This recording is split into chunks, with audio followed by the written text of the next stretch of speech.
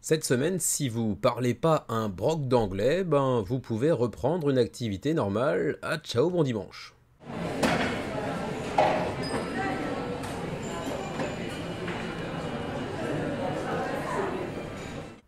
Bonjour à toutes et à tous, c'est Kevin pour les Ludovores, nouveau menu crowdfunding numéro 176, si je ne m'abuse, si ma mémoire ne me joue pas trop des tours, on n'aura pas de dessert cette semaine, pas un menu super intéressant, il y a quelques petits projets assez sympatoches, mine de rien, mais comme je l'ai dit dans cette très brève introduction, ben, si vous êtes un petit peu réfractaire ou juste tout simplement pas aidé pour ce qui est de la maîtrise de la langue de Shakespeare, bah vous pouvez, ça m'embête un petit peu de vous le dire, mais couper cette vidéo hein, et aller, je sais pas, jouer à un jeu par exemple, regarder un film, faire une balade dans la campagne, ou que sais-je encore, parce que tout simplement il n'y a aucun projet disponible en VF cette semaine. C'est un peu Waterloo, morne pleine, sur Kickstarter, sur GameFound, il n'y a rien de vraiment intéressant à se mettre sous la dent sur Ulule non plus, donc vraiment, il n'y a que dalle. Donc voilà, bonne semaine et au revoir.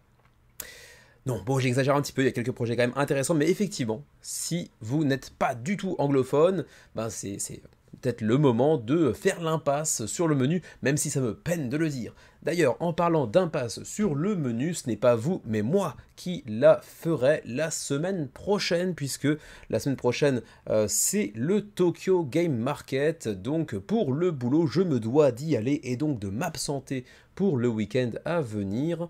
Et donc vous n'aurez pas de menu crowdfunding en date du 18 mai. Est-ce que d'ailleurs il y avait des campagnes intéressantes? J'aurais dû checker avant de commencer l'enregistrement, mais très brièvement, on va aller checker un petit peu. Est-ce qu'il y avait des trucs intéressants la semaine prochaine que j'ai noté éventuellement? Pas tellement en vrai. Il y a Titan Zero. Titan Zero avait l'air un peu intéressant quand même. Il y avait quoi d'autre? Bah, il y avait vraiment pas grand chose. En vrai, je rate pas grand chose. Tout va bien. Mois de mai, fais ce qu'il te plaît, mais lance pas de campagne intéressante quand même, on sait jamais. Quoi qu'il en soit, malgré cette trop longue introduction désormais, le menu, lui, sera vraisemblablement assez court. On est parti, entrée plat et donc pas de dessert parce que bah voilà, il n'y a pas grand chose d'intéressant.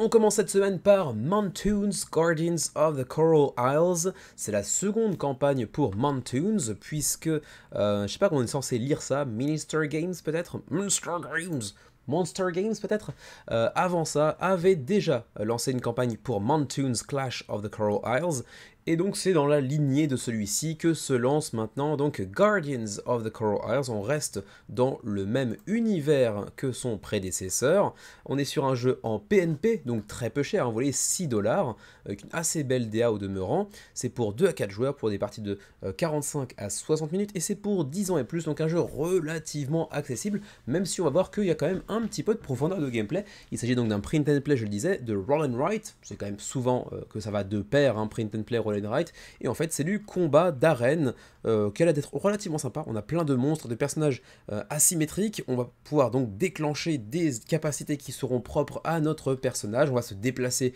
sur cette énorme arène et envoyer des grosses mandales à nos adversaires en espérant ressortir vainqueur. On pourra aussi améliorer notre personnage au fur et à mesure, choper de nouvelles compétences, espérer aussi envoyer une grosse pastèque. En fait, c'est votre ultimate, hein, en gros, comme dans Death Throne par exemple. Donc sur le papier, ma foi, pour un run and write, ça a l'air d'être assez différent de ce qu'on a l'habitude de voir, parce qu'un jeu de combat en arène, mais utilisant les mécanismes du run and write, ma foi, c'est plutôt sympa sur le papier. Et en plus de ça, si vous êtes intéressé, bon, et que vous n'êtes pas non plus trop récalcitrant au print and play, c'est un projet qui sera pas trop onéreux, donc vous prenez pas beaucoup de risques. Reste que les plateaux, selon moi, sont un petit peu fouillis quand même, c'est un peu le bordel pour être tout à fait honnête, mais c'est peut-être juste une impression. Vous me direz éventuellement, pour ceux qui ont déjà backé la première campagne, ce que vous en avez pensé. Est-ce que le jeu est sorti ou non? Les pledges, rapidement, vous avez donc pour 6 $ l'extension, donc Guardians, donc qui fait l'objet de cette campagne actuellement. Et sinon, si vous aviez raté la première campagne et que ça vous intéresse, pour 25 $, vous avez donc Coral Isles, donc le jeu de base, hein, plus les extensions, donc max de contenu pour 25 $, mais ça reste du print and play, hein, toujours pas de version physique à l'horizon. Voilà donc pour ce qui est de Montoons, Guardian of the Coral Isles, 106 contributeurs, 7 jours avant la fin de cette courte campagne. Que serait un menu crowdfunding sans sa campagne de Compass Games, l'éditeur américain expert en la matière des jeux de wargame, de Warto, plutôt de wargame pour le coup, et cette fois-ci il s'agit de Combat Volume 3 Arnhem, donc un nouveau jeu de guerre, cette fois-ci avec le théâtre d'opération de Arnhem, apparemment je ne sais même pas où ça se trouve, 230 contributeurs ceci dit, donc c'est plutôt pour Compass Games un assez bon résultat, et il s'agit, attention pour les amateurs de wargame, d'un jeu solo, donc sachez-le, vous ne pourrez pas y jouer à plus d'un joueur, donc à plus de ce mode solo simplement, c'est pour 14 ans et plus, on est sur une complexité médium, avec quand même des parties assez longues, comme souvent avec les jeux de Compass Games, 3 à 4 heures la partie tout de même, et donc là on est sur un théâtre d'opération de la Deuxième Guerre mondiale apparemment. Voilà. Pour le reste, hein, on reste sur du terrain connu en termes de DA de la part de Compass Games. C'est pas magnifique, mais apparemment ça fait le job. Je veux dire, c'est quand même un des noms un peu connus en la matière sur Kickstarter et ils nous font des campagnes très régulièrement, c'est que tout se passe bien pour eux. 26 915 € d'engrangés, 230 contributeurs, 9 jours avant la fin de la campagne, pas de VF ceci. Je sais même pas pourquoi j'ai dit pas de VF ceci dit pour le projet précédent, puisqu'en réalité il n'y a aucune VF cette semaine, donc bon, j'avais oublié. On continue avec Deckhand Games. En fait c'est un projet assez intéressant qui va vous demander d'utiliser des jeux de cartes tout à fait classiques, roi, reine, valet, etc. Et on va modifier un petit peu l'intérêt des jeux de cartes classiques en y ajoutant des règles un peu spécifiques avec différents jeux. Par exemple ici, cette campagne s'accompagne de 2 jeux en fait proposés durant cette dernière, Boil and Bubble et puis The Dig. Et donc avec ces petites boîtes, ces petits jeux qui vont venir s'incorporer à vos decks de cartes classiques, et bien vous allez pouvoir découvrir un jeu totalement différent, simplement vous allez utiliser des cartes classiques. Pour l'instant, le projet a quand même attiré 150 contributeurs, 1244 € d'engrangés, c'est donc financé 11 jours avant la fin de la campagne. Vu la somme engrangée pour l'instant, vous vous doutez bien que les pledges ne sont pas très onéreux. Là pour le coup, donc je l'ai dit tout à l'heure, on a Boil and Bubble et The Dig, avec... Bon, ils nous mettent un petit peu un pitch ici, mais bon, c'est pas super intéressant, mais donc des mécanismes innovants, la compatibilité avec n'importe quel deck de cartes classique, des jeux très simples à prendre en main, mais avec un vrai challenge, une vraie profondeur de gameplay, et puis un truc hyper compact, et puis donc transportable assez facilement en voyage. Par exemple, Boil and Bubble, c'est pour 2 à 4 joueurs, pour des parties de 20 minutes, c'est un truc d'alchimie, comment dirais-je, de potions magiques, de sorcières par exemple. Voilà, ça a l'air d'être relativement intéressant sur le papier. La DA est pas vilaine, même si c'est très comment dirais-je, sobre, on va dire. Et puis pour ce qui est de The Dig, 30 minutes, 2 à 4 joueurs là aussi. Et puis bon, comme son nom l'indique, on va chercher des trésors. Et encore une fois, visuellement, c'est plutôt mignon. Voilà, j'ai pas checké tellement que ça, les règles dans le détail, mais sur le papier, j'aime bien le concept de vous amener à utiliser vos decks de cartes hyper classiques, mais d'une manière radicalement différente. Pour le coup, je trouve ça assez malin, et en plus de ça, c'est encore une fois vraiment pas cher, puisque vous avez le print and play à 1 $, et sinon, vous pouvez les prendre en version physique, si je me souviens bien, voilà, c'était ici. Ah non, ça c'est le PNP aussi. Ah non, il n'y a pas de version physique. Ah, je m'étais gouré, ok, il n'y a pas de version physique, donc attention, sachez-le. Vous pouvez prendre pour 10 $ The Dig ou pour 10 $ également Boil and Bubble. Sinon, à 20 $, bah, du coup, les deux plus. Ah bah si, free shipping, mais du coup, vous shippez quoi? Ok.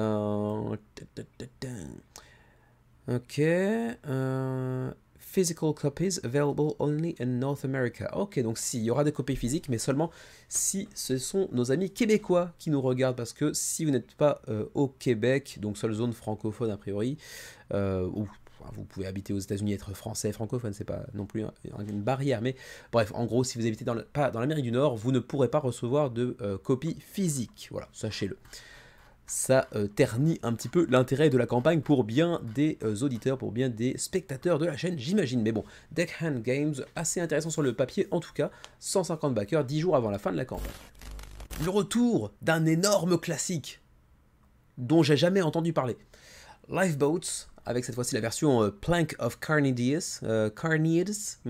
655 contributeurs, 20 000 euros d'engrangés, donc largement financé, 14 jours avant la fin de la campagne. Ça nous vient de Seth Hyatt de Mayday Games, qui est quand même à son 61e projet créé, mais essentiellement c'est un éditeur de plateau de croquinole, ce fameux jeu que j'ai mentionné à plusieurs reprises dans le menu crafting comme étant l'un des seuls jeux de dextérité qui m'attire beaucoup.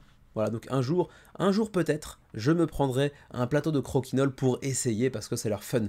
Donc ils font du croquinole, ils font quelquefois des sacs de transport de jeux, parfois des jeux un petit peu plus classiques, souvent des jeux d'ambiance par exemple. Et donc ce nouveau projet, c'est donc une nouvelle version d'un jeu qui apparemment a une assez bonne réputation, à savoir Lifeboats. C'est un jeu pour 3 à 7 joueurs, donc assez particulier en termes de configuration, une sorte de jeu d'ambiance où on va essayer de s'échapper sur des petits radeaux, des petites barques de différents dangers, et il y aura bien évidemment des petits coups de traître, on va dire, hein, pour essayer de mieux s'en sortir que nos petits camarades autour de la table. Honnêtement, bon, ce classique ne m'a jamais attiré, enfin n'a jamais attiré mon attention, hein, j'ai jamais entendu même son nom, je ne connaissais pas son existence. Vous me direz éventuellement si c'est quelque chose qui vous parle, si vous avez déjà eu l'occasion de tester la première édition peut-être. En tout cas, si le jeu vous intéresse, hein, parce que pour certains apparemment il s'agissait d'un Grail Games, donc ces fameux jeux que l'on recherche mais qu'on ne trouve nulle part parce qu'il était en rupture de stock, ce ne sera plus un Grail Game puisqu'il aura donc désormais une nouvelle édition, Lifeboats, Plank of Carneades, toujours aussi difficile à prononcer, donc 655 backers 14 jours avant la fin de la campagne. Petit détour du côté de chez GameFound, et petit instant nostalgie aussi, parce que le saviez-vous pas, a priori vous ne le saviez pas, mais AV Ghost, ça a failli être mon premier back en tant que backer de Kickstarter. Je crois que c'était en 2019, 2020 peut-être, qu'avait eu lieu la première campagne sur Kickstarter à l'époque de AV Ghost Paranormal Investigation. Et finalement, j'y étais pas allé parce que c'était quand même assez cher. Et d'ailleurs, grand bien m'en a fait puisque le projet a eu pas mal de difficultés. Ça a été livré genre 3 ans après, quelque chose comme ça, si mes souvenirs sont bons. Donc c'était une campagne un peu pourrie. Et qui revient, parce que malgré tout, le jeu a eu plutôt de bons retours, et donc il revient avec une seconde édition un petit peu peaufinée, un petit peu améliorée, et c'est un jeu assez intéressant, assez original, dans le sens où c'est un jeu coopératif, dans lequel vous allez incarner différents investigateurs de choses paranormales, on va dire, et à travers différents scénarios qui s'offrent à vous, eh bien vous avez navigué dans différents lieux hantés en général, et l'originalité réside dans le fait que vous allez tous avoir ces fameuses lampes torches que vous voyez ici, mais littéralement, c'est un jeu pour lequel vous pouvez jouer dans le noir. Can play in the dark if you dare, si vous osez jouer dans le noir, parce que ça fait peur, puisqu'en plus il y a une application qui va diffuser une sorte de petite musique un peu flippante, des cris, des choses comme ça, des sons un peu grinçants, susceptibles de vous foutre un petit peu la frousse.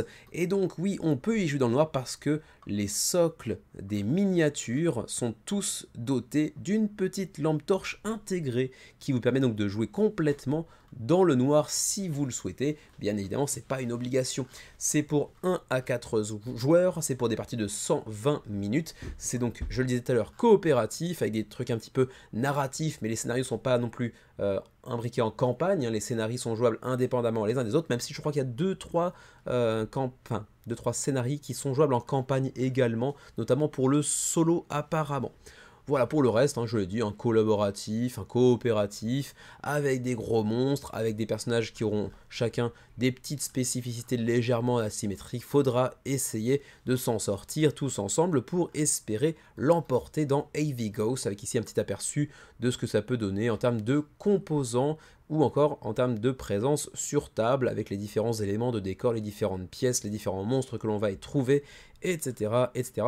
Avec, donc je le répète aussi, on ne le voit pas ici bien évidemment, l'application qui vous accompagnera dans vos parties et qui diffusera donc de la musique, des sons, des cris ou que sais-je encore.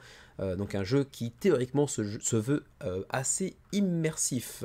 Par contre, je vous parlais tout à l'heure d'un prix qui m'avait fait reculer à l'époque, parce qu'à l'époque je baquais pas encore. Et donc, bien sûr, mettre ne serait-ce que 100 balles sur un jeu, c'était un truc qui ne me venait pas à l'esprit.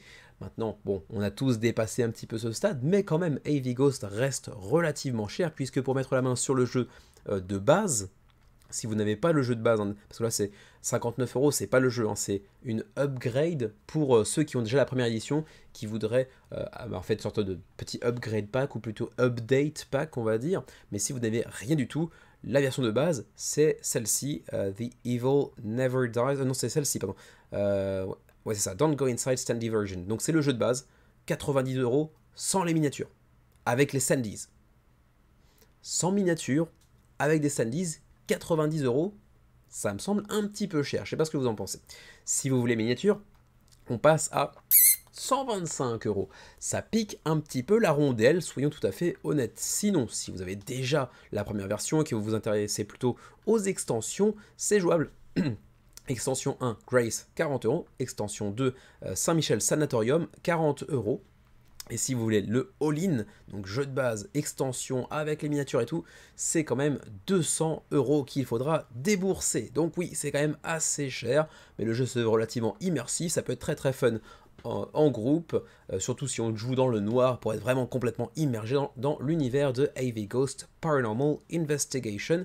400 backers, 75 000 euros d'engrangés avec pour une fois un seuil de financement plutôt honnête, 100 000 euros. C'est pour le coup pas encore atteint, mais ça devrait être le cas prochainement, 14 jours avant la fin de la campagne.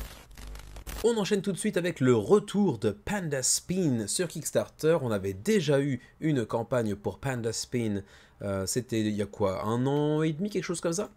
Il a fait un assez bon résultat, 1000 contributeurs pour un primo-éditeur à la base, primo-éditeur qui s'appelle d'ailleurs Moongate Design, qui nous vient de Singapour, si mes souvenirs sont bons. Non, Hong Kong. Ouais, c'est ça, Hong Kong. Et donc, Panda Spin, premier du nom, le jeu de base en tout cas, il avait donc connu une campagne en août 2024, donc ça fait moins d'1 an en réalité. Et le jeu, de quoi, entre-temps, a été livré aux backers. Pour rappel, pour ceux qui n'auraient pas vu la campagne à l'époque, il s'agit d'un jeu de pli avec une thématique bien sûr asiatique, plutôt orienté chinois plutôt d'ailleurs.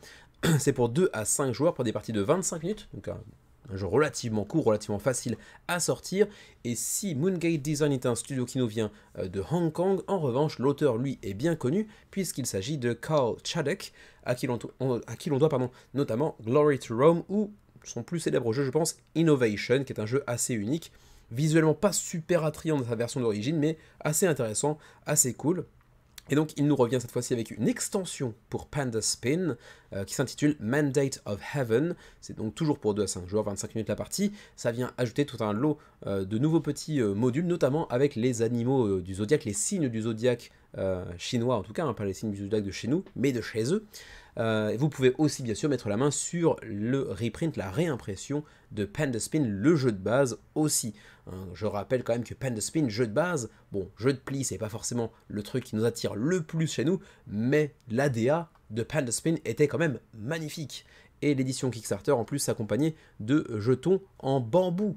Thématiquement, ça fait sens en plus. Et vraiment, les cartes, je trouve, étaient absolument magnifiques. C'est un jeu de pli assez particulier, dans le sens où parfois vous aurez tout intérêt à perdre un pli, puisque perdre un pli va vous permettre potentiellement d'améliorer votre deck, puisque par exemple, si vous jouez un 0, que vous perdez le pli, eh bien vous allez pouvoir garder cette carte, mais la retourner, d'où le spin, pour désormais avoir ce que j'imagine être un 9 peut-être, donc la carte sera bien plus puissante à l'avenir. Voilà, donc un petit aperçu des cartes avec ce petit gold foil sur les cartes, c'est absolument magnifique, rien que pour l'ADA, ça donne envie. Et d'ailleurs, il n'est pas très cher, donc j'ai envie en réalité, mais je pense quand même que j'irai pas, parce que je peux faire preuve quand même d'une certaine retenue, hein, quand même, faut pas déconner. Même si, bon, il arrive qu'il y ait des dérapages, mais bon, a priori, non, il y a quand même quelques autres projets actuellement qui m'intéressent plus que Panda Spin et sur lesquels j'irai quand même peut-être pas, donc on va pas pousser non plus, mais dans les orties, pour tous les amateurs d'expressions idiomatiques qu'on n'a pas utilisées depuis 73 ans. Alors donc, Panda Spin avec Mandate of Heaven, l'extension coûte 9 euros, 9 $, pardon, 9 $. C'est quand même très très abordable pour cette petite extension qui vient rajouter donc un petit set de cartes que vous voyez ici, donc relativement short, hein, 2 petites aides de jeu, un livret de règles. Bon, du coup, on comprend mieux pourquoi ça coûte si peu cher. Vous avez quand même 12 cartes, plus 10 aides de jeu et un livret de règles. Bon, en même temps, c'est quand même vraiment très peu de contenu, donc 9 $, ça se comprend. Ensuite, bien sûr, vous pouvez mettre la main sur le jeu de base à 18 $. Encore une fois, ça reste très peu cher. Là, en plus de ça, il y a beaucoup plus de contenu cette fois-ci, vous le voyez. Donc 18 $. Et puis, bien sûr, si vous le souhaitez, vous pouvez prendre les deux ensemble, le fameux All-in Pledge à 24 $. Ça reste encore une fois vachement accessible. La ristourne pour le coup est vraiment intéressante parce que je crois que si vous le prenez ensuite en boutique, si tant est qu'il soit disponible en boutique près de chez vous, ce sera plutôt aux alentours de 50 $ si vous voulez la totale, quelque chose comme ça. Donc peut-être pas 50 $ mais 40 $, quelque chose comme ça. Il me semble avoir vu ça quelque part. Et puis pour les amateurs de deluxification, eh bien vous pouvez aussi prendre le playmat de Panda Spin, un playmat circulaire de toute beauté. Je ne sais pas s'il a vraiment un intérêt quelconque en termes de gameplay, je ne suis pas persuadé du tout, mais c'est vrai qu'il est quand même assez classe, comme l'ensemble du jeu de toute manière. Voilà, ah oui, c'était ici, les petites ristournes sont mises en avant un peu ici, 50% de moins que le prix en boutique pour l'extension, 49% de moins pour le prix du jeu de base, et puis 55% de discount sur le all-in. Bon, même si on rajoute par-dessus les frais de port, ça reste relativement intéressant. Voilà donc pour ce qui est de Panda Spin, 10 000 € d'engrangés, c'est donc financé, 543 contributeurs au moment où je m'enregistre, 17 jours avant la fin de la campagne. Attention, celui-ci, il ne s'agit absolument pas d'un nouveau jeu, puisque Well Riders est déjà sorti il y a plusieurs années, c'était quoi, 2018, 2019, 2020, je ne sais plus exactement, mais c'est donc Ape Gamer qui a décidé de relancer le jeu sur Kickstarter, tout simplement pour aider l'éditeur à passer l'épisode douloureux, qui n'est pas encore vraiment acté en soi, des tarifs douaniers dont on parle beaucoup ces derniers temps et dont on avait encore parlé récemment chez Nyx. 254 contributeurs pour l'instant, 10 jours avant la fin de la campagne. Pour rappel, c'est un jeu de Rainer Knizia, tout de même, illustré par Vincent Dutray, tout de même, donc quand même deux grands noms réunis pour ce jeu, qui malgré tout a pas une réputation extraordinaire. Je connais de nom, je le connais de visu quand même, parce que bah, c'est quand même Vincent Dutray et c'est quand même Rainer Knizia. Mais c'est pas un jeu qui a vraisemblablement marqué beaucoup de gens. Il s'agit d'un jeu qui s'apparente à un jeu de course, qui n'en a en réalité pas vraiment. C'est un jeu dans lequel on va vendre un max de trucs à d'autres baleines, à différentes personnes, sur des parties d'environ 45 minutes. C'est pour 2 à 4 joueurs, quelque chose comme ça, non non, plus que ça. 2 à 6 joueurs. 2 à 6 joueurs pour 45 minutes la partie. Et on va donc acheter, vendre, tirer de nouvelles cartes, avancer sur une sorte de piste qui ressemble du coup à un jeu de course, mais en réalité c'est pas un jeu de course. Et puis celui qui a le plus de tunas à la fin de la partie, en gros, l'aura emporté, si mes souvenirs sont bons. Donc voilà, rien de nouveau, parce qu'encore une fois, c'est un jeu qui a déjà connu une sortie par le passé. Il y a certainement des gens qui, en commentaire, nous diront aimablement s'ils ont eu l'occasion de jouer à Well Riders, et si c'est le cas, bah, qu'est-ce que ça vaut? En tout cas, encore une fois, il ne s'agit pas d'un nouveau jeu, sachez-le, vous aurez éventuellement plein d'informations à disposition sur BGG, certainement sur YouTube également. Par contre, je ne sais plus si le jeu avait connu une VF à l'époque. En tout cas, durant la campagne, ce ne sera pas le cas. 254 contributeurs, 10 000 € d'engrangés pour Well Riders. Celui-ci, pour le coup, a l'air d'être relativement intéressant. Il s'agit de Cinderella at Midnight, autrement dit Cendrillon à minuit. Donc on part sur le fameux conte que tout le monde connaît, ne serait-ce que pour l'œuvre de Walt Disney. 224 contributeurs, près de 4 000 € d'engrangés, 21 jours avant la fin de la campagne. Un jeu très abordable, 14 $, qui vous propose une expérience de labyrinthe, on va dire, puisqu'au début de la partie, vous allez agencer les cartes un petit peu à la one again, un petit peu au hasard, et à partir de là, vous allez devoir accomplir plusieurs missions avec Cendrillon, que vous allez incarner donc, pour aller choper, alors c'était quoi au début, choper des souris, choper une citrouille, ce genre de choses là. Bref, une fois que vous aurez chopé tout ce que vous avez besoin de choper, eh bien vous allez transformer votre citrouille en carrosse. Et là, vous allez devoir partir au bal, quoi, en gros, hein, pour aller rencontrer le prince charmant. Pour ça, il faudra trouver une clé, il faudra rencontrer le prince, et il faudra aussi perdre votre, pardon, votre soulier. C'est pas un soulier, c'est quoi déjà? J'ai oublié. Bref, sa godasse, quoi, en gros, en vert. et donc rentrer à la maison avant minuit, le tout sans se faire gauler durant le bal par votre belle famille qui, comme vous vous en souvenez certainement, peut pas vous blairer. Voilà, donc assez sympa, un peu jeu petit de labyrinthe, de puzzle, assez intéressant sur le papier, très abordable, hein, puisqu'encore une fois on parle de trucs qui coûtent 14 $. Bah, visuellement c'est pas vilain non plus, même si ça renvoie pas non plus du pâté, mais c'est quand même plutôt sympatoche. Donc ouais, j'aurais la curiosité de le tester un de ces jours si l'occasion m'en est donnée. A priori, il y a peu de chances que ça se produise, mais quand même ça a l'air d'être relativement cool. Vous pouvez le prendre en print and play à 4 $, sinon en print and play deluxe, donc avec les couleurs, etc., pour 8 $. Bon, j'ai un petit peu de doute, je doute un petit peu sur l'intérêt de ce pledge-là, ou l'intérêt du précédent, a fortiori. Par contre, si vous le voulez en physique, plus en PNP, c'est 14 $, et ça viendra donc dans ce petit pochon ici, de toute beauté. 14 $ donc disais-je. Voilà donc pour ce qui est de Cinderella at Midnight, 225 contributeurs. Pour les amateurs de jeux solo, hein, c'est peut-être le Zeugma de la semaine, je ne sais pas, tu me diras, cher camarade Zeugma, en commentaire, est-ce que c'est ton Zeugma d'or de la semaine ou est-ce qu'il y a d'autres choses qui t'intéressent? Voilà donc pour ce qui est de Cinderella at Midnight, 14 $, 21 jours avant la fin de la campagne, et projet d'ores et déjà financé. Et pendant ce temps-là, le capitalisme se porte mal. Et quand je dis le capitalisme, c'est pas le concept en tant que tel, c'est le jeu. Ah oui, il s'appelle comme ça. Le jeu s'appelle, pendant ce temps-là, le capitalisme. 3 petits points. Et pendant ce temps-là, le capitalisme se porte pas si bien que ça, puisque donc 26 contributeurs, malgré un titre qui évoque la thune, la caillasse, eh ben il n'y en a pas beaucoup, puisque actuellement on est à 331 €. L'objectif de financement est ridicule et pourtant il n'est pas encore atteint, malgré donc 26 contributeurs, il reste 22 jours avant la fin de la campagne. Le thème, le pitch de base, le concept pourtant est relativement enfin pas intéressant, enfin il est original, ce qui le rend intéressant à mes yeux. Mais est-ce que le jeu lui-même est intéressant? Ça, j'en ai fichtrement aucune idée. Sachez que c'est un jeu de pli. Un jeu de pli dans lequel on va devoir essayer d'acquérir des trucs sans perdre trop de thunes, de faire des investissements qui seront donc juteux, qui seront rentables. Bon, sur le papier, j'aurais envie de dire pourquoi pas, thématiquement, un jeu de pli qui nous propose d'incarner des grands capitalistes, de jouer avec de la caillasse, pourquoi pas, le titre est fun, l'ADA, bon, pas très très fan en réalité, hein. Si t'es si capitaliste que ça, octroie-toi les services de quelqu'un qui peut te faire un truc visuellement un petit peu classos quand même, et au lieu de ces vieux fonds dégradés de couleurs un petit peu dégueulasses. Mais bon, bref, what's in the box? D'abord, des cartes et un petit peu de faux billets, format carte également. Le tout pour 22 $. Vous pouvez aussi le prendre en print and play si ça vous chante pour 9 $. Donc ça en fait un truc très très abordable. Bon, vu ce que l'on voit actuellement en termes de résultats sur cette campagne, je ne vais pas entrer trop en avant pour ce qui est des règles, des concepts mécaniques du jeu, parce que bon, le jeu ne rencontre vraisemblablement pas un grand succès, et en plus, il n'y a pas de VF, donc pour Meanwhile Capitalism.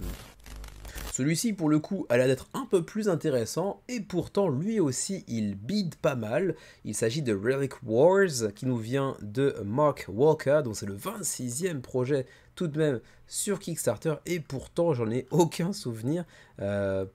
Peut-être parce que c'est souvent du wargame, j'ai l'impression que c'est souvent du wargame tout ça.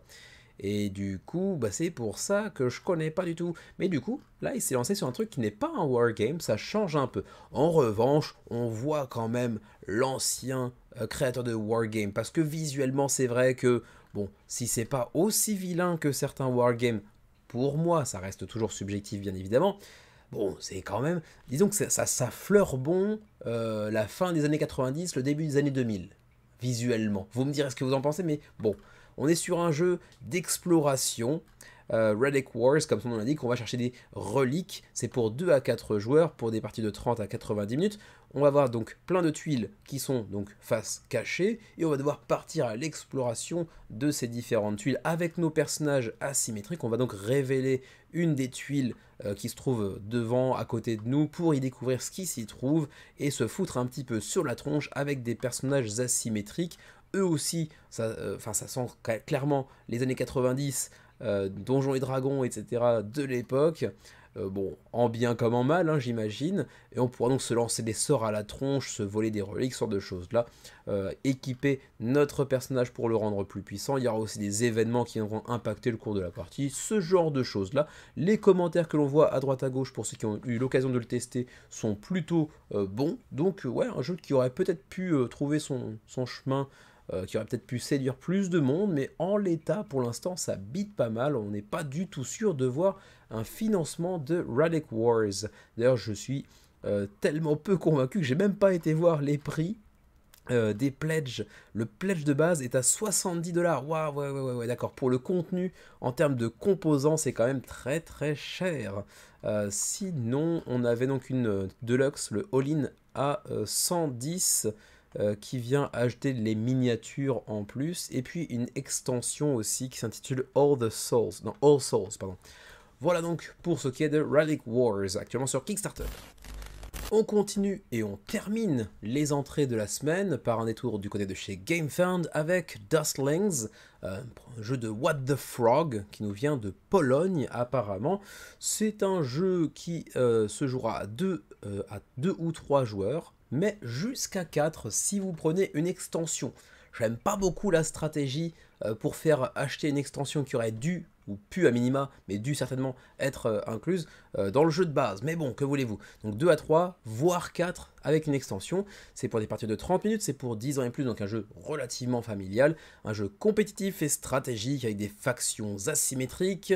C'est un jeu de capture the flag, en gros, de capture de drapeau. Hein. Donc en gros, on a un bonbon et plein de petites bestioles paumées dans la poussière d'une chambre d'enfant qui vont chercher à choper le bonbon qui se trouve au centre de la pièce. Et bien sûr, tout ne va pas se passer dans la paix puisque toutes les factions en présence veulent le choper, ce bonbon. Donc on va se foutre sur la tronche avec des petites factions asymétriques, le tout avec une DA assez mignonne, un petit peu façon Monstres et compagnie. C'était quoi ce jeu? Enfin, pas ce jeu, ce film Pixar, si mes souvenirs sont bons. Avec des petits monstres qui font peur aux enfants, mais genre, c'est sur une entreprise, quoi. Bref, j'ai oublié le titre, on s'en fout. Pour des parties de 30 minutes, disais-je, 2 à 3 joueurs, voire 4 avec l'extension qui est donc Sweet Revenge, qui ajoute une nouvelle faction et qui ajoute aussi un petit peu de complexité apparemment. Par contre, c'est très flashy en termes de couleurs, cette extension. Le jeu de base vous coûtera 27€, donc c'est quand même très abordable, avec des petites taches en acrylique, du plus bel effet. Et puis si vous prenez le all-in, donc jeu de base, plus l'extension avec une nouvelle faction permettant de jouer jusqu'à 4, c'est 37€. Donc pour Dustlings plus l'extension Sweet Revenge. Voilà, et pour le reste, malheureusement, campagne assez mal fagotée, puisque à moins de visionner les vidéos, et j'ai la flemme, et je pense que je suis pas le seul, eh ben on ne peut pas vraiment savoir comment ça se joue. Donc ça, c'est un petit peu relou, et j'aurais pu consulter la vidéo, mais en réalité, j'ai pas que ça à faire pour un si petit projet, donc j'ai passé mon tour, et c'est donc assez dommage de ne pas mieux présenter, ne serait-ce qu'avec des petits gifs, des petites images, un petit peu mieux, comment ça se joue, même si on présente un petit peu les différentes factions, leurs propres spécificités, etc. Mais c'est pas non plus hyper parlant. Voilà donc pour ce qui est de Dustlings actuellement sur GameFound, 133 backers. Le jeu est financé avec 6000€ sur 3 vies nécessaires, 27 jours avant la fin de la campagne. C'était donc la dernière entrée de la semaine. On va maintenant pouvoir passer aux 1, 2, 3, 4, 5, 6 plats principaux de cette semaine.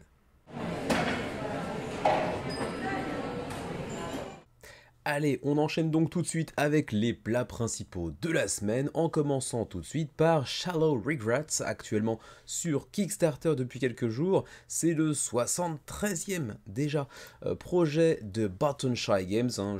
Est-ce que j'ai vraiment besoin de les présenter encore, hein, ce petit éditeur qui a lancé le format des micro-jeux 18 cartes en format, comment dirais-je, simili, portefeuille de cuir, bon c'est pas vraiment du cuir mais vous aurez compris, et qui nous produit pas mal de jeux super intéressants. Alors je dirais pas que dans les 76, c'est ça, 73 projets, tous sont à garder, tous sont des incontournables bien évidemment, mais dans le tas il y a vraiment quelques petites pépites telles que la crypte de Sedlec par exemple, ou Circle the Wagons dont j'ai oublié le titre français par exemple, ou encore Casinopolis, enfin toute la lignée des polices, donc ça avait commencé par Sprawlopolis, Agropolis par exemple. Récemment ils avaient proposé 2 jeux qui me tentaient beaucoup, les deux, hein, Dionysia et Adventurous. sur lesquels je mettrai certainement la main un de ces jours, parce qu'en plus de ça, l'avantage, c'est que baquer non, mais en tout cas, à terme, acquérir des jeux de Barton Shy Games permet de se trouver des excuses toutes faites quand on est un joueur, c'est que ça prend pas de place dans une Kallax, donc du coup, on peut tout à fait se les prendre sans avoir à trop y penser.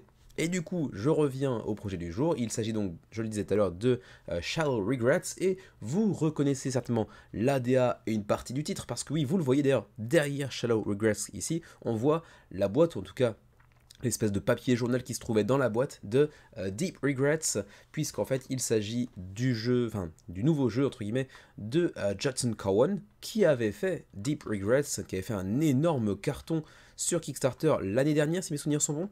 Voilà, 13 950 backers à l'époque, ce qui pour un primo-éditeur est énorme. On avait une DA à tomber par terre dans un univers un petit peu Lovecraftien, un jeu de pêche, ça fait plaisir à Xavier, lui qui adore cette thématique-là, mais avec une DA et un univers totalement barré.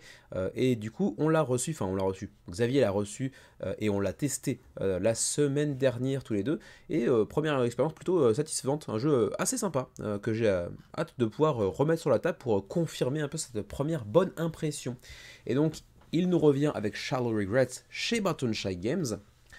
On reste dans le même univers, d'ailleurs on a toute une partie des illustrations de Deep Regrets que l'on retrouve dans Shallow Regrets, sauf qu'il s'agit bien sûr d'un jeu beaucoup plus compact, bien plus court. On parle ici d'un jeu qui tourne en 15 minutes la partie, c'est pour 2 à 3 joueurs, configuration un peu étrange. Il y aura un mode solo grâce à une extension, et vous savez bien que Barton Shy Games propose souvent ces extensions gratos durant les campagnes starter, et c'est donc pour 8 ans et plus. Le reste, évidemment, on a un gameplay beaucoup plus accessible, beaucoup plus simple, mais pas dénué d'intérêt, hein. C'est d'ailleurs l'exercice de style que se donne toute la catégorie, toute la gamme des Barton Shy Games. Donc on va encore une fois aller à la pêche de poissons. Sauf que cette fois-ci, les poissons, disons, classiques et les poissons plus Lovecraftiens, un petit peu dégueulasses, qui foutent les boules et empêchent de dormir, sont radicalement différents dans leur façon d'impacter le joueur et la partie, puisque là, vraiment, plus vous pêchez de poissons un peu dégueulasses, les foul fish, plus vous allez perdre des points, en fait. C'est aussi simple que ça. Alors que dans le jeu Deep Regrets, c'est un petit peu plus complexe. Vous pouvez avoir à cœur d'empêcher un max aussi, parce que, bon, il y a une prise de risque certes, mais ça peut payer aussi très fortement. Là, c'est un petit peu plus simple de ce point de vue-là, mais il y a toujours cet aspect push your luck qui est vraiment très très cool, en plus de cet univers vraiment unique. Et donc, l'extension qui vous permet de jouer en solo, je l'avais dit tout à l'heure, elle est offerte durant la campagne. Elle s'intitule The Fisher and the Fraud, qui vous ajoute donc 6 cartes supplémentaires pour pouvoir avoir ce petit puzzle solo. À voir ce qui est de la qualité du solo, mais bon, les quelques retours que l'on peut en voir de ci de là ont l'air d'être plutôt qualitatifs, mais en même temps, bon, sur la campagne, on le sait, les commentaires mis en avant sont toujours qualitatifs, sont toujours, en tout cas, à l'avantage du jeu. 3$, ça c'est pour mettre la main sur l'ensemble du contenu de la campagne en print and play uniquement, donc l'extension The Fisher and Fraud, donc l'extension solo, ainsi que l'extension Lingering Remorse, que l'on va aborder un petit peu plus loin dans la campagne et les présenter plus en détail. Donc 3$ pour le total en print and play. 12$, ça c'est pour le jeu de base, plus l'extension qui permet de jouer en solo. Et si vous ajoutez également Lingering Remorse, donc la petite extension non offerte, c'est 14$. Et puis après, comme souvent avec Barton Shy Games, vous avez des petits lots groupés, on va dire, de différentes sorties préalables et souvent un peu les classiques de l'éditeur. Là, par exemple, pour le solo, en plus de Shallow Regrets, vous pouvez mettre la main sur Sprawlopolis ou encore sur Rove, par exemple. Et pour ce qui est du multijoueur, vous pourrez aussi avoir Skulls of Sedlec, donc la crypte de Sedlec, qui pour l'instant, à ce jour, est mon Barton Shy préféré. Voilà, on va donc passer rapidement aux frais de port. J'ai juste abordé la petite extension, je l'ai paumé du coup, où se trouvait l'extension, voilà, ici Lingering Remorse, qui peut se jouer également en solo et qui vient ajouter 6 cartes supplémentaires. Bon, c'est pas non plus une grosse extension, on a l'habitude avec Barton Shy Games, c'est toujours comme ça que ça marche. Il y a des petits add-ons de là, y compris d'anciens jeux sortis via Barton Shy Games, tels que The Last Lighthouse, ou Revolver Noir par exemple, mais vous pouvez aussi aller piocher sur leur catalogue, sur leur site directement. pour rendre les frais de port plus intéressants, parce que c'est malheureusement là que le bas blesse avec eux. C'est que généralement les frais de port pour l'Europe ou pour nous au Japon aussi, 20 $, 21 $, ça les rend vraiment pas du tout intéressants malheureusement. À la limite 3 jeux, même 3 jeux en vrai c'est vraiment pas intéressant parce que c'est vraiment des tout petits jeux quoi. Vraiment les 3 ça tient dans une main et c'est vraiment pas lourd et ça vous coûterait quand même 21 $ ou 20 pour vous de frais de port. Donc voilà, le conseil que je donne à chaque fois que j'aborde un jeu de Barton Shy Games, c'est d'attendre la sortie probable à terme via Matago dans sa gamme, enfin sa gamme des micro-jeux, si mes souvenirs sont bons, en VF. Et pour nous qui sommes au Japon, bah il n'y a qu'à attendre un potentiel retour en France ou un quelconque achat groupé quelque part, je ne sais pas, pour pouvoir rendre ça un petit peu rentable, parce qu'en l'état, bon, c'est pas super pour nous, mais j'ai très envie un jour peut-être de mettre la main sur Shallow Regrets. 3780 backers à l'heure où je m'enregistre, hein, c'est une belle machine, ça marche tout seul, très souvent Baton Shy fait des très bons résultats, une semaine avant la fin de la campagne. Le nouveau jeu de Martin Wallace est actuellement sur GameFound. Il s'agit cette fois-ci de Casus Belli. Martin Wallace, il nous pond pas mal de jeux chez de gros éditeurs, c'est quand même Monsieur Brass. Je ne sais plus si c'est encore lui qui est numéro 1 sur BGG actuellement, ou est-ce que ça a changé depuis la dernière fois que j'ai regardé. J'ai oublié. Mais quand il ne pond pas des jeux chez des éditeurs reconnus, il pond parfois des jeux sous sa propre boîte d'édition, sous son propre nom, Wallace Designs. Est-ce que ça veut dire que les éditeurs habituels n'en voulaient pas? Auquel cas, bon, du coup, ça n'encourage pas forcément à la confiance. Mais quand même, il en a pondu quelques-uns sous son propre nom. Par exemple, on a vu récemment Bloodstones ou encore Steam Power, entre autres. Et du coup, cette fois-ci, il nous revient avec Casus Belli. Malheureusement, pas de VF pour l'instant, mais réjouissez-vous si vous êtes amateur, si vous êtes fan de Martin Wallace, parce que à terme, vous aurez une VF qui sera assurée par Fantasy Games. Voilà, il y aura aussi d'autres langues qui sont déjà en négociation, mais pour le français, c'est déjà annoncé. Par contre, attention, si vous baquez durant cette campagne, il n'y aura pas de VF. La VF passera directement par Fantasy Games, certainement directement en boutique. Allez checker leur site. Pour l'instant, sur GameFound, on est à 565 backers, 67 000 €, enfin dollars, pardon, d'engrangés, ce qui en fait un projet financé au moment où je vous parle, 10 jours avant la fin de la campagne. C'est pour 1 à 4 joueurs pour des parties assez longues, 150 minutes, mais en même temps assez courte, puisqu'il s'agit d'un 4X épique dans l'univers intersidéral avec des vaisseaux piou piou piou, Star Wars et compagnie. Donc 4X, bon du coup, 150 minutes, c'est plus si long que ça. On connaît des 4X bien plus longs que 2h30, donc relativement contenu, somme toute. Après, encore une fois, tenez-vous pour dit, je suis tout sauf un expert en matière de 4X. Donc j'ai pas envie de dire de la merde, donc je vais dire très peu de choses aujourd'hui concernant Casus Belli. Donc on vous parle donc un 4X avec des factions asymétriques, compétitifs bien évidemment, hein, par définition, avec du contrôle du territoire, là aussi ça va un petit peu de pair avec le 4X de toute manière, avec du deck building exactement aussi bon, habituel, on va dire, exploration.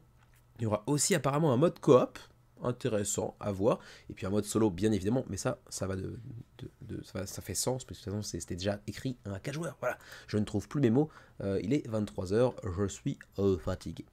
Donc, je vous le disais, faction asymétrique avec votre plateau individuel ici, l'aspect de deck building, on va avoir son deck à gauche, la défausse à droite, etc. Donc relativement classique de ce point de vue-là. On va aller explorer différents systèmes solaires, des planètes, on va y trouver des traces de vie, on va trouver des technologies, ce genre de choses-là. Bon, relativement classique sur le papier, et je vais vous répéter ce que je dis à chaque fois que je présente un 4X. Je dis aussi la même chose pour les jeux de guerre également, c'est que, étant moi-même un béotien complet, hein, je ne comprends absolument pas toutes les finesses qui font qu'un jeu se distingue des autres dans sa catégorie, et du coup encore une fois on parle ici d'un 4X avec du deck building. Qu'est-ce qui différencie ce 4X des autres?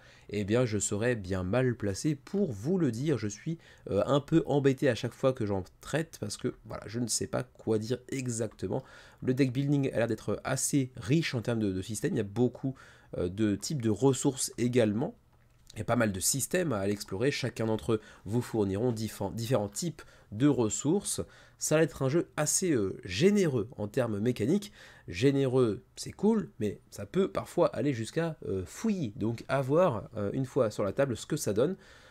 on peut avoir tendance à se dire que Martin Wallace c'est plutôt gage de confiance, de qualité, mais en réalité on sait que avec Martin Wallace, il y a souvent du hit or miss en termes de réputation en tout cas. J'ai pas testé beaucoup de jeux de Martin Wallace, peut-être 2, mais il a la réputation d'avoir des excellents jeux et des jeux très très oubliables également. Donc qu'est-ce qu'il en sera de Casus Belli? Ça, ma foi, à voir. Allons voir directement les rewards, donc les niveaux de pledge. Le Starbase est à 69 $, donc là c'est vraiment le jeu de base, tout ce qui est de plus classique. Sinon à 89 $, vous pouvez mettre la main sur le pledge Fleet Command, qui vient ajouter des miniatures, donc pour tout ce qui est vaisseaux spatiaux, etc. Ensuite, Cold War à 154 $ vient ajouter le jeu de base plus la boîte de miniatures. Oui, donc Fleet Command, ça veut dire que ce serait uniquement les miniatures, c'est bien ça si j'ai bien compris. J'ai checké à 3-4 jours, mais j'ai un peu oublié entre temps. Ouais, c'est bien ça. If you only want plastic bits and not the game. Donc attention, le pledge à 89, c'est seulement les miniatures, c'est pas le jeu. Donc je vois pas l'intérêt du pledge, mais bon, à mettre pour les grands amateurs de l'univers de Casus Belli, peut-être pourquoi pas. Si vous voulez le jeu et les miniatures, bah, du coup ça coûte déjà très cher, 154 $. Bon, il se fait plaisir ou il se fait arnaquer avec les coûts de production, avec l'usine avec laquelle il bosse, à voir. Mais c'est vrai que c'est quand même très très cher pour un contenu dans la boîte. On va remonter ici dans le What's in the Box. Bon, la boîte classique, bon, plateau, ok, les plateaux de joueurs, ok, je sais même pas s'ils sont double épaisseur, je ne crois pas. Beaucoup de cartes de faction, de technologie du système, bon, ok. Plein de petits éléments en bois ou en miniature, avec les miniatures si vous les prenez, quoi, en gros. Plein de petits tokens dans tous les sens. Les navires, les vaisseaux spatiaux transformés en plastique si vous prenez la boîte avec les miniatures. Bah, en vrai, ça fait un jeu qui, dans sa version de base, 69 $, c'est quand même pas donné. Et les miniatures, 89. Alors certes, il y en a beaucoup. On peut aller checker le contenu. Hop. Bah, on voit pas le contenu de manière détaillée, mais bon, elles doivent être ici au pire, voilà, c'est ça. 75 miniatures de colonies, 40 de outpost, 9 de exploration ship, donc il y a quand même beaucoup de contenu, certes, mais c'est quand même 80, 90, c'est ça, 90 $. La boîte de miniatures, ça me paraît quand même très très très cher. Et puis sinon, le Pledge All-In à 179, c'est le Special Ops qui vous donne aussi accès à du néoprène pour remplacer le plateau central. Voilà, je ne vais pas trop rentrer dans plus de détails, je crois que j'ai fait à peu près le tour des choses les plus importantes. Donc on peut aller rapidement sur le shipping. Canada, 17 à 20 $. Ensuite, Union Européenne, please click to check. Oh, c'est chiant. On va avoir droit à un Excel, à mon avis. Voilà, c'est bien ça. Alors, France, par exemple, ce serait 22 jusqu'à 39 en fonction du pledge que vous allez choisir, par exemple. Même chose pour la Belgique. Qu'est-ce qu'il en serait pour nos amis suisses, par exemple? 32 à 51. Ça pique un petit peu. Et puis, pour nous qui sommes au Japon, eh ben, je crois qu'on n'a même pas le droit. On n'est même pas mentionné là-dedans. Si pourtant, c'est EU Zone 6. Ah non, c'est pas la même zone en fait. C'est pas EU Zone 6, c'est une autre zone à part. 30 à 83 $ de frais de port, la vache, pour le Japon. Ouais, décidément, les prix sont élevés avec Casus Belli. Ça fait mal. Voilà donc pour ce qui est de ce projet de Wallace Designs, 67 000 $ d'engrangés pour l'instant, 560 backers. On enchaîne avec la réimpression plus extension de Seas of Havoc qui nous vient de Mike Nade. En fait, c'est l'éditeur Rock Manor Games, un éditeur qui a quand même son 21e projet sur Kickstarter. On les connaît bien, ils ont pas mal de jeux en VF, à commencer par Maximum Apocalypse que l'on voit ici. Ils avaient aussi Set a Watch qui a également une VF. Qu'est-ce qu'on avait vu d'autre chez eux? On a vu ce jeu avec les avocats qui thématiquement était super cool. Lawyer Up, je sais plus comment il s'appelle en français. Mais bref, pas mal de jeux assez intéressants thématiquement parlant en tout cas. Certains ont fait leurs preuves, Maximum Apocalypse a une très bonne réputation. Set a Watch pour les amateurs de solo a une très bonne réputation également. Et donc Seas of Havoc, lui aussi, ma foi, a plutôt une bonne réputation et il revient sur Kickstarter après une première campagne couronnée de succès. Il a aussi le tampon d'excellence de Dice Tower, pour ceux qui apprécient la chaîne américaine. Et donc il revient avec une petite extension intitulée First Mates, en plus d'une campagne de réimpression du jeu de base. Pour l'instant, on est à 75 000 euros d'engrangés, 1175 euros, pas euros, mais contributeurs, excuse-moi, 13 jours avant la fin de la campagne. Pour rappel, c'est pour 1 à 5 joueurs, c'est parti relativement ramassé, 60 minutes, et pour 13 ans et plus. On est sur un jeu dans lequel on va incarner des flibustiers, des pirates, on va évoluer à travers une map qui est différentes îles, différentes petites régions qui auront chacune leurs objectifs, chacune leurs actions disponibles, et puis cette zone de mer un peu plus profonde où là on va évoluer aussi avec nos bateaux principaux, là ce serait plutôt des petits, comment dirais-je, pas des barques non plus, mais pas des radeaux non plus, comme on dirait, ces petits bateaux qui dépendent d'un plus gros bateau, vous voyez. J'arrive plus à trouver mes mots, c'est pas grave. Et donc sur cette zone de mer plus profonde sur laquelle donc on va se friter un petit peu la tronche, entre autres choses bien évidemment. C'est conçu par Sébastien Bernier-Wong et Peter Gorniak. Je le mentionne, c'est pas toujours le cas, mais il y aura une raison que vous comprendrez un peu plus tard. Donc mémorisez Sébastien Bernier-Wong, on en reparlera par la suite. Donc dans cette campagne, on a aussi l'extension Sea Monster qui est incluse gratuitement pour tous les backers de la campagne, donc sachez-le, ça aussi c'est peut-être la bonne excuse que l'on peut utiliser pour éventuellement justifier un back. Alors, on entre d'entrée de jeu dans les pledges, avec les niveaux de pledge, 70 $ pour mettre la main sur le jeu, plus donc cette extension gratuite Sea Monster, 95 $ pour mettre la main sur la même chose, plus l'extension Buried Treasure, donc une autre extension qui je pense était déjà sortie lors de la première campagne, si mes souvenirs sont bons en tout cas. Sinon, avec 112 $, vous pouvez accéder au pledge Admiral, qui vous donne aussi accès à l'extension First Mates, donc l'extension qui fait l'objet de cette campagne. Et puis ensuite, 169 $, là c'est vraiment le all-in de la mort qui tue, où là on va voir tout le contenu en termes de gameplay, mais également les ajouts de deluxification tels que du néoprène, des pièces de métal je crois aussi sur les choses là, entre autres choses. Mais tout ça, me direz-vous, ça fait très très cher, et surtout à chaque fois il y a le jeu de base. Comment ça se passe? En fait, parce que là c'est les pledge levels pour les nouveaux joueurs, autrement dit pour ceux qui n'ont pas backé la première campagne. Si vous avez déjà le jeu de base, vous pouvez vous contenter de cette deuxième partie des niveaux de pledge, les returning players. La First Mates, donc l'extension de cette campagne, petite extension qui vient justifier en réalité une campagne de réimpression plus qu'autre chose, elle est à 18 $. Ensuite, à 29 $, vous avez également le Revision Kit, donc une sorte de petite mise à jour de certains éléments, avec un petit peu de rééquilibrage notamment entre les différents capitaines que l'on pourra incarner sur les choses-là. Et puis à 65 $, All the New Stuff, donc toute la nouveauté, entre guillemets, les deux extensions, enfin l'extension plus le Upgrade Pack, ainsi que tous les éléments de l'oxyfication, donc le petit insert que l'on voit ici. Voilà. Pour le reste, bon, vous avez un petit peu le contenu du jeu de base avec cette fameuse carte que je mentionnais tout à l'heure, et j'avoue que moi c'est le truc qui me repousse un peu dans ce jeu-là. Je trouve que la DA de manière générale est plutôt cool, le jeu lui-même a plutôt bonne réputation et j'aimerais bien le tester un de ces jours. La méthode de déplacement à partir des decks de cartes que l'on voit ici sont plutôt cool, sur le papier ça me tente bien, mais j'aime pas du tout le plateau central. Autant bon, le fait qu'il y ait des petites îles sur lesquelles on peut faire des actions différentes, etc. Ok, pourquoi pas, mais cette zone quadrillée au milieu, je trouve ça assez immonde pour le coup. Donc ouais, en termes de design vraiment purement artistique, ça me séduit absolument pas. Donc vous me direz éventuellement ce que vous en pensez, si vous avez déjà joué au jeu, auquel cas ce que vous en avez pensé. Je crois qu'à l'époque de la première campagne, Nyx avait fait une vidéo, une review peut-être, sur le jeu, si mes souvenirs sont bons. Le contenu pour l'extension Sea Monster, ici la Deluxe Expansion, donc Buried Treasure, donc c'est toute la deluxification avec les pièces de métal, avec 2 plateaux supplémentaires pour ajouter 2 joueurs supplémentaires, avec tout le contenu qui va avec bien sûr, encore plus de capitaines, encore plus de compétences, etc.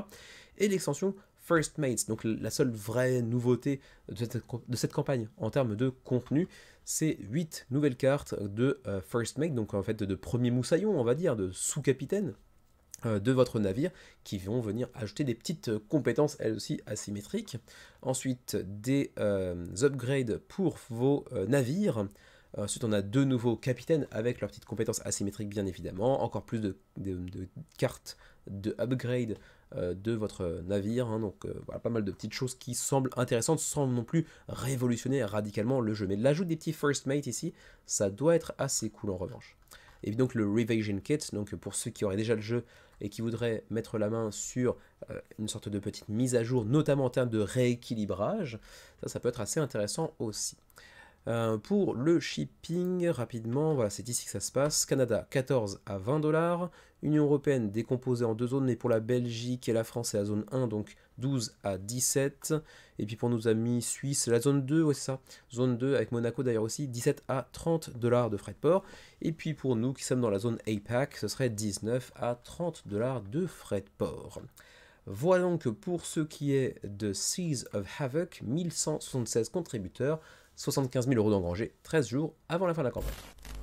Pourquoi vous disais-je tout à l'heure de mémoriser, de garder dans un petit coin de votre tête le nom du créateur de Seas of Havoc? Tout simplement parce que c'est le même que Reforest, la campagne dont on va parler maintenant. Et pour le coup, c'est assez amusant parce que Seas of Havoc fait une campagne de réimpression plus extension. Et qu'est-ce que fait Reforest sur un autre éditeur, hein, mais une campagne simultanée? Eh ben, c'est une réimpression avec une extension. Donc le mec se lance sur 2 campagnes simultanées. Alors c'est pas lui l'éditeur dans les 2 cas, mais c'est marrant de voir que 2 de ces jeux, avec une réimpression et une extension, sont apparus exactement en même temps sur Kickstarter. Et donc Reforest Old Growth, c'est le 3e projet de Firestarter Games, une compagnie qui nous vient du Canada, et pour le coup, c'est Sébastien Bernier-Wong qui est l'éditeur, si mes souvenirs sont bons, de Firestarter Games. Enfin, je crois que c'est lui qui est à la tête de Firestarter Games, il me semble l'avoir vu. Ouais, ici d'ailleurs, ouais. En tout cas, c'est lui qui est derrière le compte de Firestarter Games sur Kickstarter. Donc, il a été édité pour Seas of Havoc par Rock Manor Games, et apparemment, Firestarter Games, c'est lui-même qui fait ces jeux. On l'avait vu donc pour Reforest, donc la campagne du jeu de base. On l'avait également vu pour Masters of Maple Syrup, et Downstream, qu'on avait également couvert dans le menu crowdfunding lors de leur campagne. C'était une campagne qui a fait 1000 contributeurs, et pour ce qui est de Reforest, donc sa première campagne, 1200 backers à l'époque, et le jeu avait fait un petit buzz, il avait une très très bonne réception par les backers, et du coup ça se confirme avec cette seconde campagne qui devrait dépasser allègrement le score de la première, parce qu'on est déjà à 871 contributeurs au moment où je vous parle, 15 jours avant la fin de la campagne. On va potentiellement aller flirter avec les 2000 contributeurs, donc bien mieux que la première campagne, et je vous le répète, Reforest a une très très belle réputation. On est sur un jeu de engine building et de tableau building. Alors vous allez assez rapidement, pour ceux qui ont joué ou qui sont fans de Wingspan, voir certaines similitudes.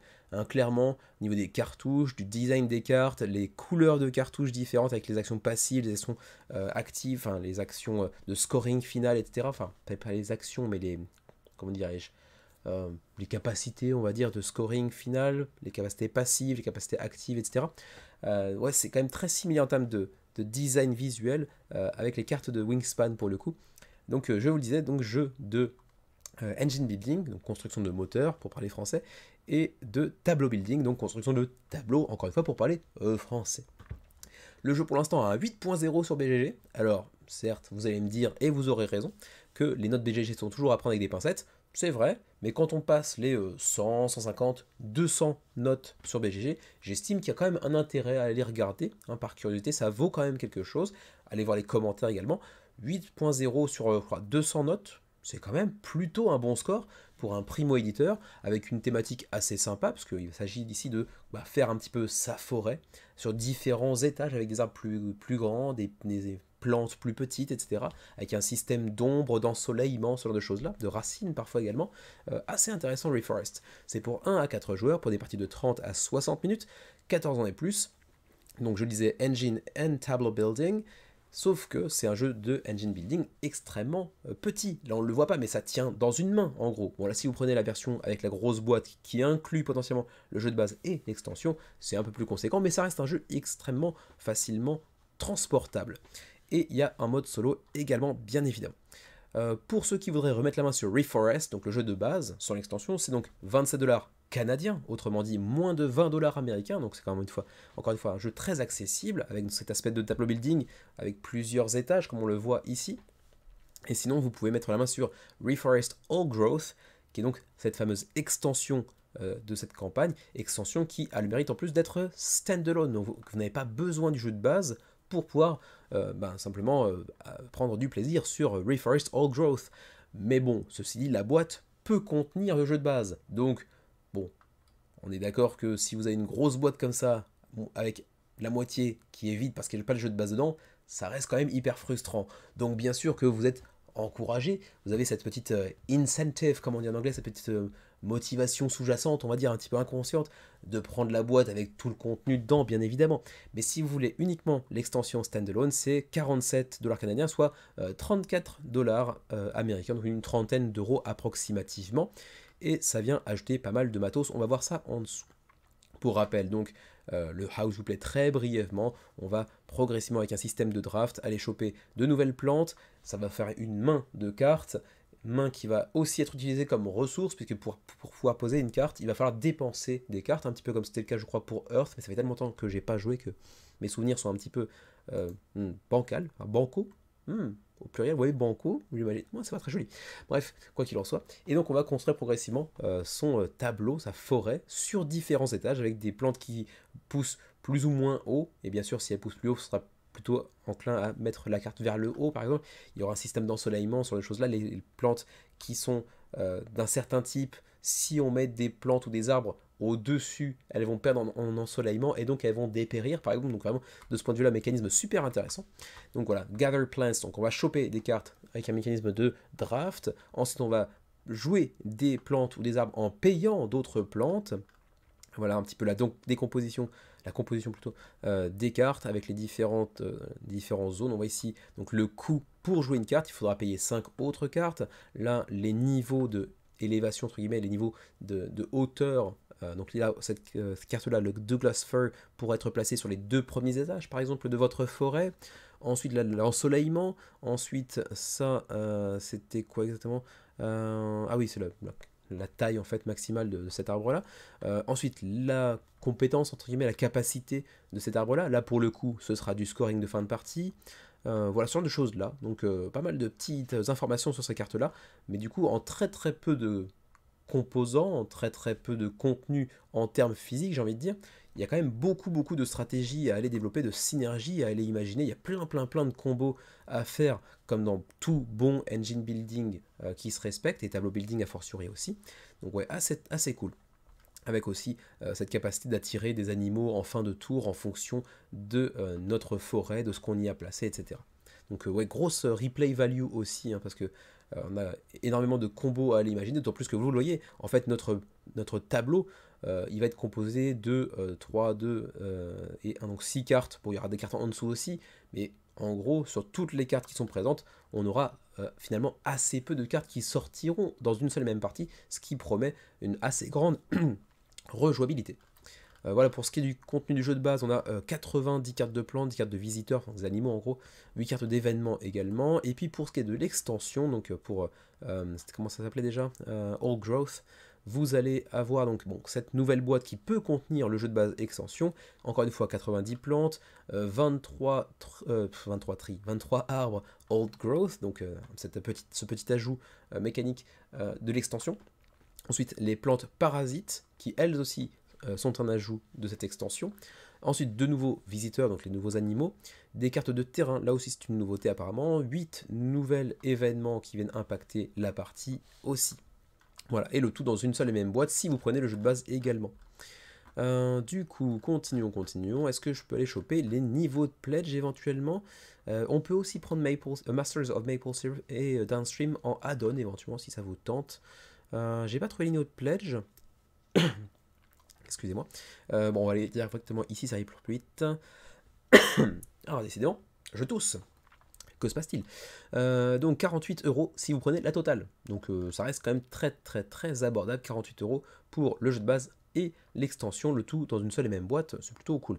Vous avez aussi éventuellement en print and play, si ça vous dit éventuellement d'imprimer toutes ces cartes, de les découper, de les mettre dans des sleeves, etc. Pas de français malheureusement, mais en revanche, il y a une version espagnole, une version hollandaise, donc on peut espérer que peut-être à terme, Reforest arrive en français, d'autant plus que Sébastien Bernier, Sébastien, ça sonne quand même très français, c'est peut-être un Québécois. Donc peut-être à terme, peut-être, on verra, une VF. Les frais de port pour le Canada, 16$ canadiens à 10$ canadiens encore une fois, donc c'est quand même très abordable. Pour l'Union Européenne, donc la France-Belgique par exemple, ce sera 25$ à 28$ canadiens encore une fois. Donc attention, c'est quand même beaucoup moins cher que les dollars américains. Pour la Suisse, ce serait 38 à 40. Pour nous, au Japon, ce serait 34 à 38$ canadiens. Donc ça fait quoi 22$, je pense, quelque chose comme ça. Enfin, américain. Voilà, ma foi, c'est à peu près tout ce que je peux vous dire pour Reforest, qui, ma foi, me fait méchamment de l'œil. Et donc, du coup, je peux me permettre cette petite image que j'utilise assez peu souvent récemment, mais que juste utilisé fréquemment, il fut un temps, quand il y avait beaucoup de campagnes très intéressantes. Là, en plus, thématiquement, ça fait sens. J'ai un peu la tulipe à 65°. Celui-ci, je le mets dans les plats principaux de la semaine, par défaut. Parce que gros score, parce que IP, donc licence, bien connue des joueurs, mais en réalité, bon, au bout d'un moment, combien de campagnes GameFound pour Eon's End on va devoir couvrir sur la chaîne? Bon, ça devient un peu relou au bout d'un moment, pour être tout à fait net. On connaît Eon's End, deck building, coopératif, on va affronter des gros strums pas jolis, pas tout méchants, avec plein de nouvelles cartes à chaque fois, avec encore plus de nouveaux effets de cartes, encore plus de nouvelles synergies à aller explorer. C'est toujours pour 1 à 4 joueurs, 14 ans et plus, des parties d'environ 1 heure, mais bon voilà, c'est Eon's End. Est-ce qu'on a vraiment besoin de présenter ces campagnes? Alors oui, pour dire que ça existe, parce qu'il y a des gros fans de Eon's End. Attention, je l'ai dit au début de la vidéo, pas de VF cette semaine, pour aucun projet, donc même Eon's End Beyond the Breach, il n'y aura pas de VF. Il y aura certainement une VF à terme en boutique, ça, c'est pas la question, mais en tout cas pour la campagne sur GameFound, a priori, non, pas de VF. Et donc voilà, bon, c'est encore plus de Eon's End, que voulez-vous que je vous dise? Vous avez un pledge Jewel Shrapnel à 75$, qui vous donne accès donc à enfin pas à l'extension, mais disons à la boîte de base Beyond the Breach. Hein, c'est une extension entre guillemets, c'est un jeu standalone, hein, c'est un jeu de base en gros, hein, vous n'avez pas besoin de Eon's End pour y jouer. Ainsi que 2 extensions, c'est ça je crois. Eon's End The Surface, including all the stretch goals. On va regarder quand même par curiosité, j'ai pas envie de dire de bêtises. Eon's End The Surface, et donc qu'est-ce que c'est que ça? Eh bien, c'est pas présenté directement, donc on verra plus tard. Sinon, vous avez un pledge Just the New Stuff, donc que les nouveautés avec un tapis de néoprène, 115$, ça picote un petit peu. Sinon, il y a d'autres petits pledges de ci, de là, avec des petites lunes. J'ai même pas exploré ce que c'était que ce plus 2, plus 3, plus 4, etc. Est-ce que c'est juste. Ah, c'est Waves of Content. Ok. Qu'est-ce que ça veut dire que ce plus simple. Et le prix qui monte à chaque fois. J'ai pas exploré suffisamment la campagne. Encore une fois, je suis désolé, j'ai beaucoup de mal à m'intéresser aux nouvelles campagnes de Eon's End à chaque fois, parce que c'est tellement la même chose à chaque fois que... donc ouais, le plus simple jusqu'à plus 8, etc. Je sais pas du tout à quoi ça correspond. Je vois des waves of content, donc plusieurs vagues de contenu qui vous parviendront au fur et à mesure. You will receive 1 copy of Eon's End Beyond the Reach and Eon's End The Surface, including all the stretch goals, and 8 waves of content. Ouais, c'est peut-être tout ce qui a été produit par Eon's End au fur et à mesure des années. On va recevoir ça en plusieurs vagues de contenu, j'imagine. Je sais pas exactement.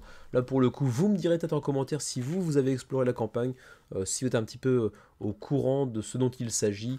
Bon, c'est pas trop mon cas. On peut aussi aller compléter sa collection via les add-ons que vous voyez ici. Hein. Le jeu de base est disponible à 48$ par exemple.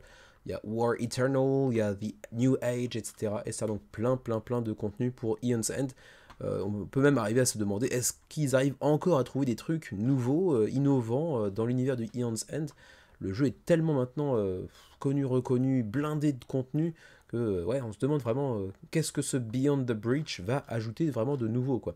Bon, du coup, ils l'écrivent ici, mais encore une fois, je vais pas explorer plus que ça en détail.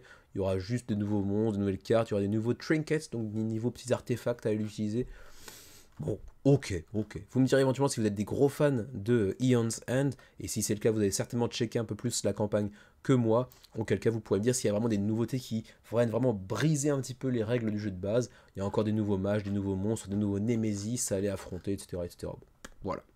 C'est à peu près tout ce que je peux vous dire, et ça vous montre un petit peu l'intérêt que j'ai pour ce jeu. En même temps, vous savez que moi, les deck building, quand c'est vraiment du pur deck building, c'est pas le truc qui m'intéresse outre mesure. Shipping, Canada ça va de 30 à 150, donc ça dépend du pledge que vous allez sélectionner bien évidemment. L'Europe, en tout cas pour la Belgique et la France, ça va aller de 35 à 195, et puis pour nous au Japon ce serait 35 à 235 $ de frais de port. Voilà donc pour ce qui est de la nouvelle campagne de Eon's End Beyond the Breach. 1600 backers, 214 000 $ d'engrangés sur GameFound pour encore 20 jours.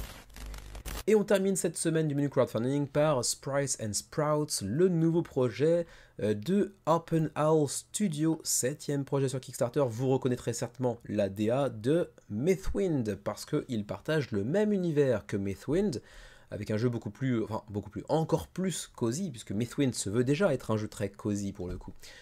Du coup, je parlais donc de Open Owl, j'avais perdu le nom de l'éditeur. Open Owl, qui est un éditeur maintenant assez installé sur Kickstarter, avec pas mal de campagnes qui ont fait parler d'elle. On connaît notamment Stars of Acarios, on connaît Mythwind, on connaît Stone Saga, ou encore le plus récent Storyful Wildwoods, dont on avait parlé très brièvement avec Nyx, notre récente émission en duo chez lui, qui a été un jeu vraiment magnifique, purement solo, assez peu cher, avec un format de livret à fascicules, avec une aventure un petit peu narrative, avec une DA magnifique un petit peu à la Limbo, pour ceux qui connaissent le jeu vidéo du même titre. Et donc ils nous reviennent avec un nouveau projet intitulé Sprites and Sprouts dans l'univers de Mythwind. Pour l'instant le projet se porte plutôt bien, on est à près de 1500 backers, 120 000 € d'engrangés, 23 jours avant la fin de la campagne. Pas encore de VF, ceci dit, Don't Panic Games avait assuré la VF du jeu Mythwind.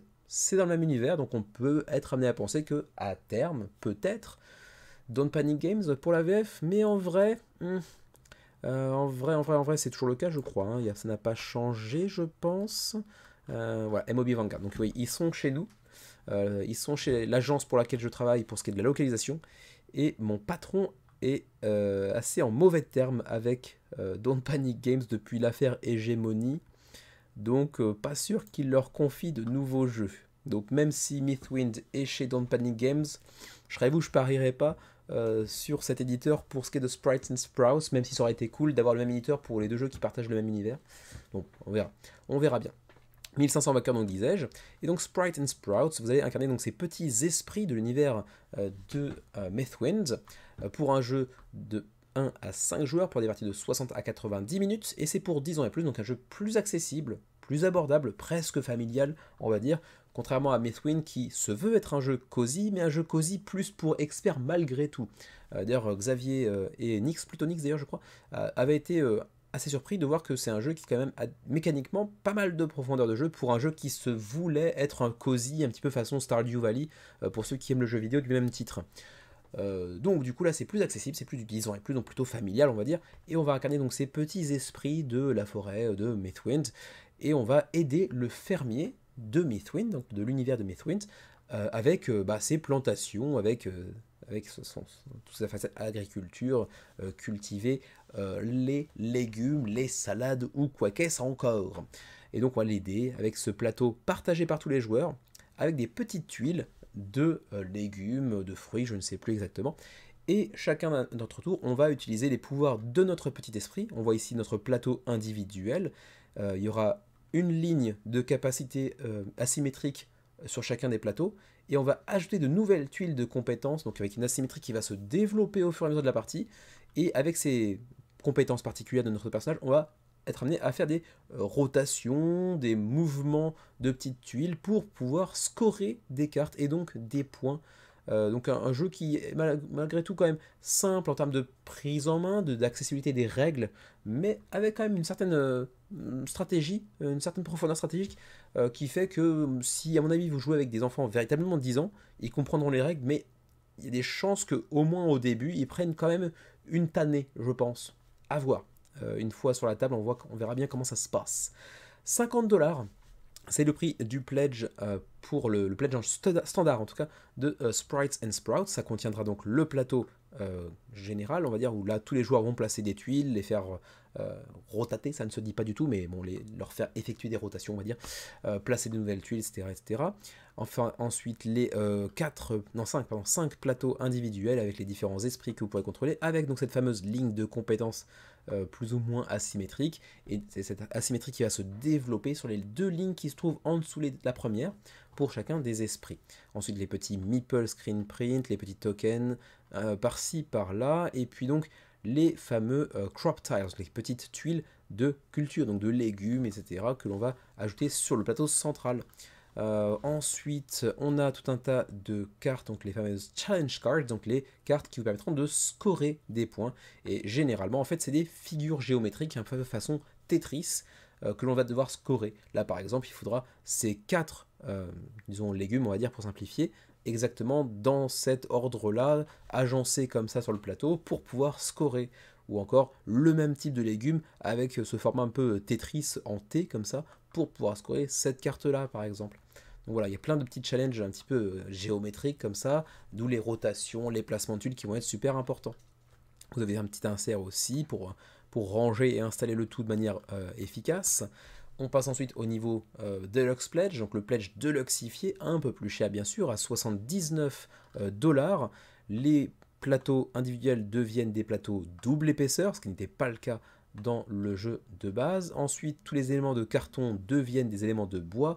Les petits cubes sont même maintenant des carottes screen print également. Et puis les sacs prennent un petit coup d'upgrade également. On a aussi le gloss, donc l'aspect de surbrillance sur la boîte du jeu, mais ça c'est pas hyper important en soi. Voilà, ensuite on a le Premium Pledge, c'est encore un cran au-dessus, à 99 $. Qu'y a-t-il de différent par rapport à la Deluxe? Et bien simplement des miniatures, des petits esprits que vous pourrez contrôler. Donc ça va remplacer en fait les meeples avec lesquels vous jouez en gros. 209 $, on monte encore d'un cran pour le Collector's Pledge. Là cette fois-ci le plateau central c'est du néoprène. Ensuite on a un petit set de pins à l'effigie des personnages, c'est mignon, mais bon, est-ce que vraiment c'est intéressant? C'est une autre question. Et puis une peluche de Punk, un personnage du jeu, qui lui-même est, selon moi, pas hyper mignon. Enfin, il est mignon, mais un peu mignon dégueu. On a un mot pour ça en japonais. Il est un peu kimo kawaii. Vous chercherez dans le dictionnaire pour voir. C'est dégueulasse, mais mignon à la fois. C'est un terme qui n'existe pas dans les autres langues, je pense. Mais bref. Continuons, vous pouvez chercher donc les pins, les choses comme ça, les éléments de luxification à la carte si vous le souhaitez. Et donc pour le gameplay, j'ai brièvement expliqué comment ça se passait. Donc ajouter des petites cultures sur le bateau central. Ensuite on va utiliser nos compétences particulières pour faire des rotations, pour aller compléter des objectifs, etc. Et on va scorer des points en gros. Pour ceux qui seraient intéressés, d'ailleurs vous pouvez le tester sur TTS, il est d'ores et déjà disponible, malheureusement pas en français. Voilà, je crois que j'ai à peu près fait le tour pour ce qui est de Sprites and Sprouts. Et rapidement pour les frais de port, est-ce que je les ai déjà mentionnés? Je crois pas, non, ils sont ici. Canada 20 à 30 $ de frais de port, Union Européenne 18 à 25, et puis pour nous au Japon ce serait 35 à 45, c'est quand même assez cher, puisque je le rappelle, hein, le standard pledge il est à 44 $, 35 de frais de port, c'est presque le même prix que le jeu lui-même, donc bof.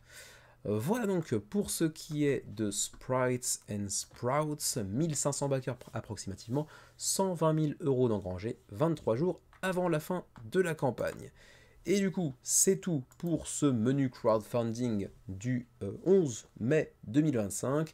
Et pour rappel, pour ceux qui auraient raté l'introduction de cette vidéo, sachez-le, hein, je serai absent la semaine prochaine puisque je serai au Tokyo Game Market pour le boulot. Donc pas de menu crowdfunding la semaine prochaine. Non, ne pleurez pas, je reviens dans 2 semaines. Hein. C'est moins long que quand j'étais à Cannes. Hein, donc voilà. Et en plus de ça, je vous l'ai dit en introduction, la semaine prochaine, il n'y a pas grand-chose en termes de contenu super intéressant, donc ça devrait aller. Voilà. Allez, du coup, d'ici la prochaine vidéo, eh bien, jouez bien, portez-vous bien, prenez soin de vous et de vos proches, ça reste le plus important, quoi qu'on en dise. À la prochaine.